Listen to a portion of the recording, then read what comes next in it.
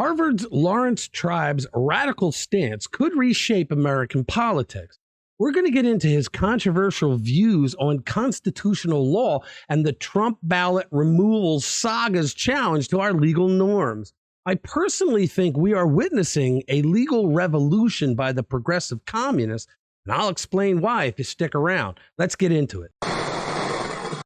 Hey guys, welcome back to the channel. So this topic is alarming and crucial. Harvard Law's Lawrence Tribe, his radical progressive ideologies, are trying to throw out the very Constitution he spent a lifetime teaching about. This isn't just academic musings, it's the very fabric of our legal system that he's tinkering with. Tribe, once a respected constitutional scholar, now seems more like a political operative than an objective academic. He's been advocating for measures that would have been unthinkable in our legal discourse years ago. His latest, he's advocating for the removal of Donald Trump from primary ballots. He's basing this on a questionable interpretation of the 14th Amendment's Insurrection clause. This sounds more like a plot from a political thriller than a legal argument. But let's take a step back. How did we get here? It's a tale of legal twists and turns, and it seems Tribe's journey has taken him far from his scholarly beginnings. Now, Tribe is pushing a dangerous narrative. He suggests bypassing the legal process, no formal charges, no trial, just straight to the punishment. This isn't just about Trump, it's a fundamental attack on due process itself. In the video I'm about to show, Tribe is pushing the dangerous idea that the government can make accusations against someone without going through the legal process of charging the person with an official crime listed on the books, holding a trial where the government presents its case and the accused presents its defense, then waiting on a verdict, only to skip through all of that, throw all that out, and impose the penalties for a crime that they never formally charged the person with in the first place. That's what Tribe is condoning, and that's what the Democrats are doing in states when they act to remove Trump from a primary ballot. Because remember, Trump was never charged with or convicted of insurrection. Give it a listen. Here, what is at stake is whether Donald Trump disqualified himself.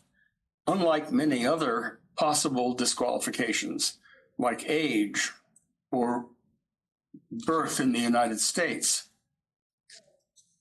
where there's nothing an individual can do to remove the disqualification.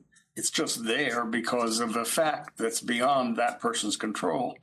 Here, it's entirely within the control of an officer of the United States who takes an oath to support the Constitution, not to engage in insurrection against it. If he chooses to engage in insurrection, there's nothing undemocratic or unfair about saying he's disqualified himself.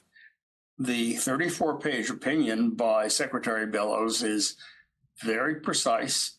She invokes the right statutes under the law of Maine, and there's nothing in what the president's new lawyer just filed that in any way gives the courts of Maine a basis to overturn what Lawrence Tribe just sounded all legal and all that, right? But what he just did was he condoned enforcing penalties for a crime that Donald Trump was not only not convicted of, but was never charged for.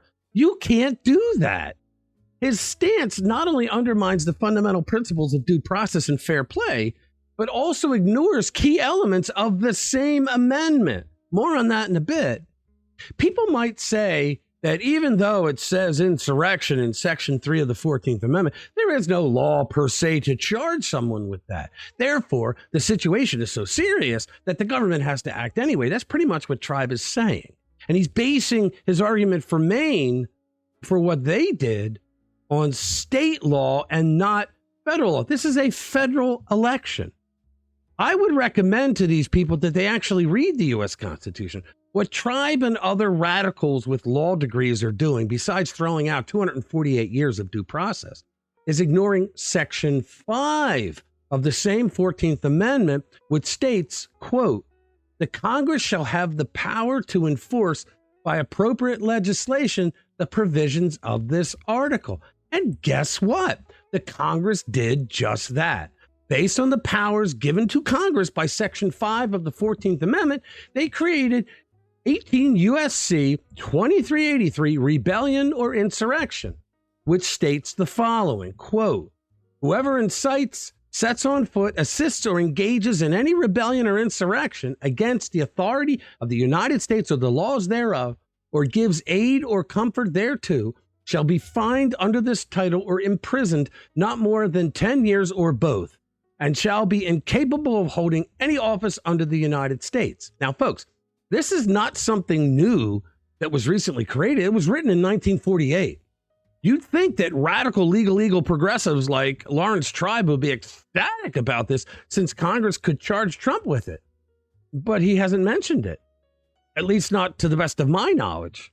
So the fact of the matter is that the Congress has the enforcement powers of the 14th Amendment's third section to charge Trump with insurrection, but they didn't. They never charged him. So, folks, what we're dealing with here is the radical Marxists, the commies, if you will, are trying to set the precedent that you can go accuse somebody of a crime without having to go through all the rigmarole of charging them, going through all the hearings and having a trial, waiting for the verdict. No, they want to be able to accuse someone of doing something, but then throwing penalties for that crime at the person without the person ever being convicted or charged. You just can't do that. And for that, I believe that when the Supreme Court does hear the main case, you're going to see the domino effect of everything is going to fall down in all these states that are trying to take Trump off a ballot, because there's nothing in Section 3 that says that they can remove him from a primary ballot, and no one has charged him with insurrection. It would be like they call the cops at a store because a guy did a petty theft and they're holding him in the back room. So the cops come and they go into him, they go, look, we're going to charge you with this petty theft of what you stole from the store. But Danny over there says that you committed a murder, so we're going to charge you with murder. And the guy goes, whoa, wait a minute. You don't have any evidence of murder. Where's the body? Oh, we don't need one. We're just going to give you the punishment of murder right now. I mean, that's exactly what Lawrence Tribe is trying to condone. And anyone who tells you any different is selling you something. And then we have Mark Elias, another Democrat radical leftist lawyer, who put out a tweet on Thursday saying, my team is litigating 48 voting and election cases in 19 states because the president is right. All of us need to do our part to protect democracy. The professional cynics will say it's too much. I fear it is not enough. He is doing the same thing now that he did in 2020. In 2020, Elias went around to various states around the country and sued to change election laws. Article 1, Section 4 of the Constitution gives that power solely to the state legislature, not to the judiciary. But Mark Elias judge shopped and got activist left-wing progressive judges to do just that. They changed election law to help the Democrats. They did things like they extended deadlines for when mail-in ballots could be received.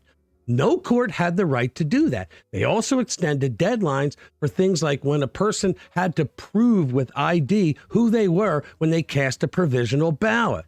According to the Constitution, they just didn't have the right to do so. But here we have Mark Elias saying that we all need to do our part to protect democracy. And yet I remember until about 5 minutes ago that democracy said that you have the right to vote for who you want to represent you. And when you vote to put in a state legislature and they create election laws, well, you have the democratic right that no one can change that in a courtroom. So as you reflect on this, ask yourself, who's really undermining our democracy? The answer shouldn't surprise you. It's the Democrat. The real threat to our constitutional republic isn't from figures like Donald Trump, but from those who, under the guise of legal expertise and moral superiority, seek to bend the law to their partisan whims. All right, subscribe to our channel if you haven't already, and share our videos with like-minded friends who want to stay informed with what's really going on. Thanks for watching this video. I'll see you in the next one. I remember the days, all those years ago that never fade away. And I remember your face. When you hit the ground, I can recall the time and place. On the midnight